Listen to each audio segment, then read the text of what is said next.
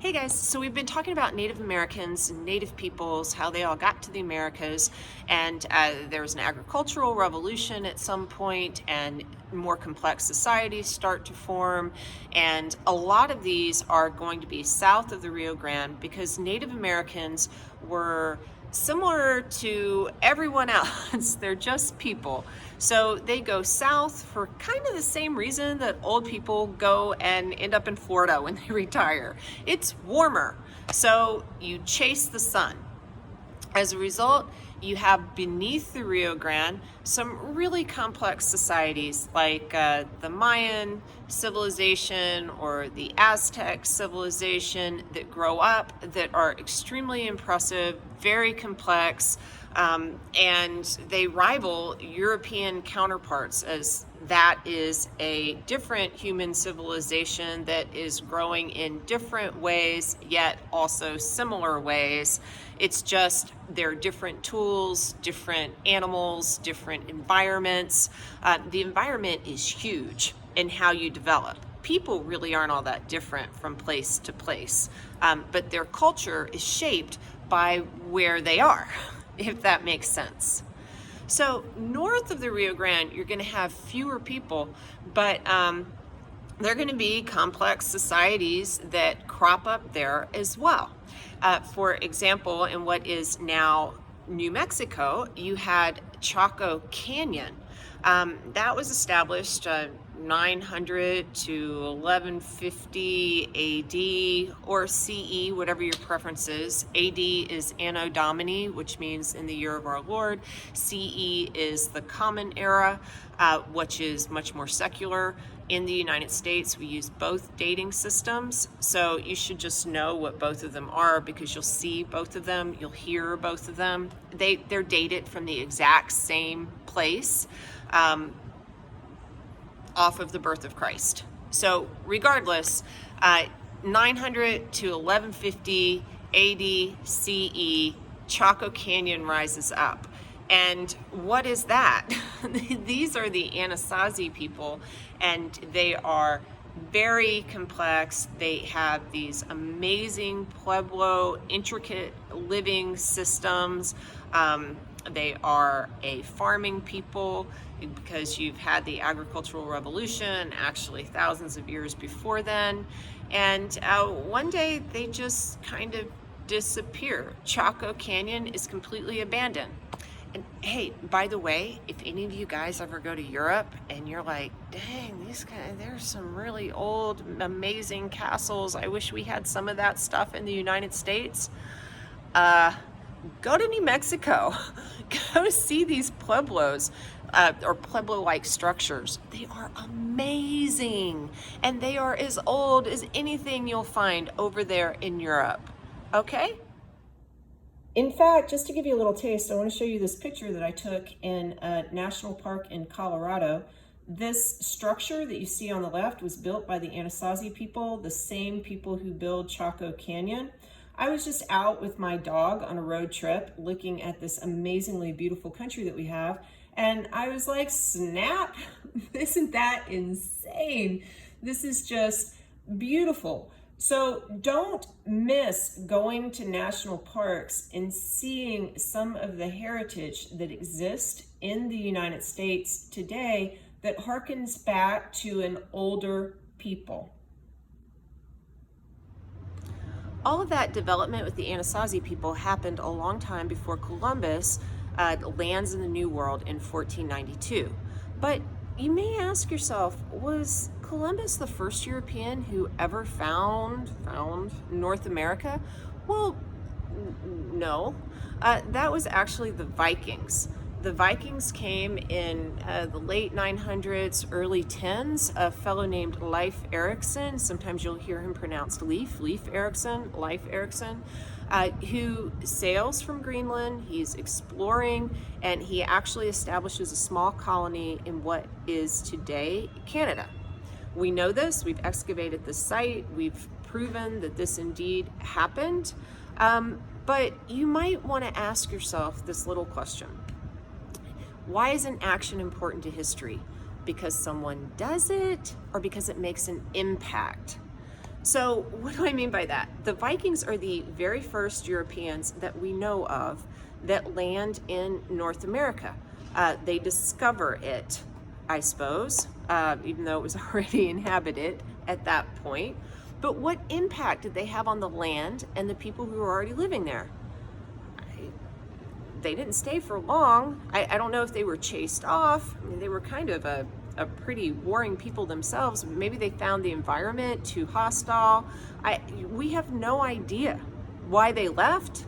We know that they were there for just a little bit of time, and it doesn't seem that they mattered much to the area itself. What impact did they have on other Europeans? Well, the idea that the Vikings had found some land west was rolling out there in the ether, but most people, if they heard of it at all, thought that this story was just a myth. And so it didn't really have any impact on other Europeans. So does it matter? One thing that's really interesting to consider when you're thinking about the Viking story is how people in the United States erect statues and why they do it. This seems super disconnected, doesn't it? But it's not, I promise. I don't tell you useless stuff. So we have waves of Scandinavian immigrants who will settle in the United States at some point. And you know what? They figure out that the Vikings landed here, and they're like, hey guys, we were part of this whole story. We've got some roots. We were here first. So they put up statues to Leif Erikson. And if you go to cities where there are more Scandinavians, there's even a Leif Erikson Day. I think it's in October. I don't know if anyone gets off from school, but there you have it. It's on the calendar.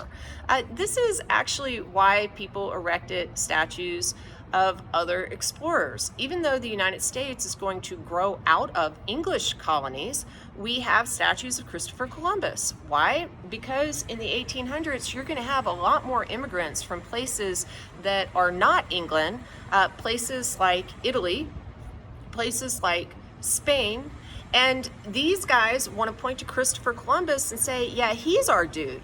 We've got a connection. We've got a root. We've got a thing that we can lift up. These are people looking for a past that connects them to the land. It's kind of, again, an origin story, a source of pride. So that's why some of these explorers are in the United States. Regardless, the Italians, the Spanish, the Vikings, they don't actually start the age of exploration. That honor goes to the Portuguese. The Portuguese were looking for new trade routes, and they started to try to figure out, as a seafaring people, how they might get to China without walking over a great deal of land that is not only tedious to get across, but is essentially controlled by Muslims who did not like the Portuguese very much in the 1400s and 1500s. So what you needed to have the age of exploration begin, which is really what we're thinking about when we have explorers coming to the United States, are some certain conditions. So the first condition needed was the rise of something called the new monarchs. Nation states needed to form. And this happens after the Black Plague destroys feudalism. You end up having first city-states, and then kind of the rise of monarchs that will hold together people, and you're going to start forming the concepts of early nationhood. So you have to have strong monarchs. You also need technical knowledge that will increase the ability to do something like giant sea voyages to places that you don't necessarily know about.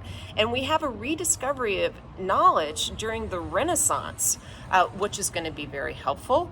And Renaissance means rebirth. And we'll also, because after the fall of Rome, there was this little thing called the Dark Ages or Middle Ages, and things were not really just standing still, but we forgot a lot of what we already knew, so we're going to relearn that during the Renaissance. Another thing that we're going to have is an exchange of knowledge as people interact with one another. And for example, there was this little thing called the Crusades, and Muslims and Christians were often fighting with one another. But what Christians pick up from the Muslims are something called Latin sails. There were these triangular sails that allowed ships to move in different ways. And you know what the Christians did? They ripped off the Muslims and brought that technology back and utilized it. And not only that, the printing press was invented by Gutenberg in the 1400s, and you're going to be able to actually disseminate the knowledge that you remember from the past and that you get from other people during these cultural exchanges quickly.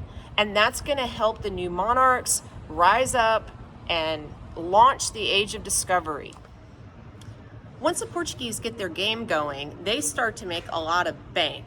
So they take over some islands, they start to grow sugarcane. Sugarcane is hugely labor intensive, but they're able to tap into a slave market that exists in Africa. They do not go into Africa itself to capture slaves. They would actually die. They have no immunity to a lot of the diseases in Africa itself.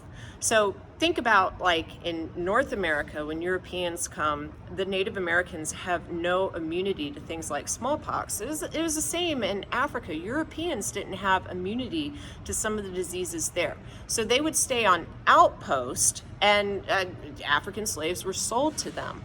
Now, I don't want you to think that Africans invented slavery. A slave market was created between Africans and Muslims long before the Age of Discovery, but slavery is a part, unfortunately, of the human story going back to the very beginning. In English, the word slave comes from Slav. The Slavic people were unfortunately enslaved often by guys like the Romans. So regardless, Portugal is starting to get richer and richer and richer, so other countries are going to be like, to get in on that. And after the Reconquista takes place on the Iberian Peninsula, Queen Isabel and King Ferdinand, who are kind of kissing cousins, unite and they create what's going to end up being Spain. And they say, you know, we got to start getting on the exploration train.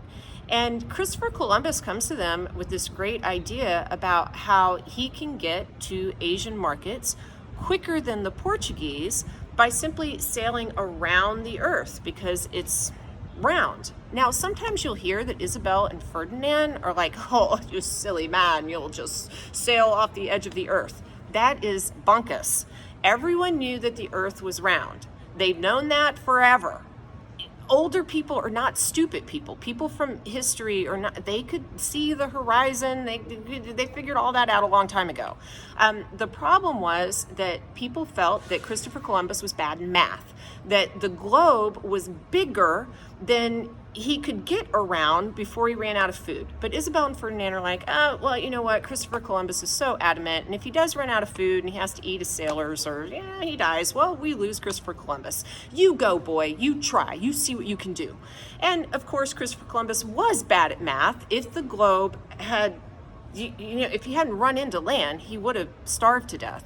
But he does run into land. So yay, huzzah. He didn't even know that he had discovered a new land. He thought he was in the Indies, which is why he called people Indians. But that being neither here nor there, now we've got a problem because you have Portugal and Spain, and they're vying for land because the monarchs understood this was new territory. And that might create some conflict. So what do? Once Spain and Portugal became rivals, the great mediator of Western civilization in this time period needed to step in. That was the Pope. he had them agree to the Treaty of Tordesillas, which essentially involved drawing a line around the globe and saying, hey, Portugal, you get this side, hey, Spain, you get that side. Kind of like they were twin brothers sharing a bedroom. This is, by the way, why Brazil speaks Portuguese today, because you see that Brazil juts out across the red line in South America. So these guys are settling the New World. We'll talk about France and England, which are both late to the party, in a separate video.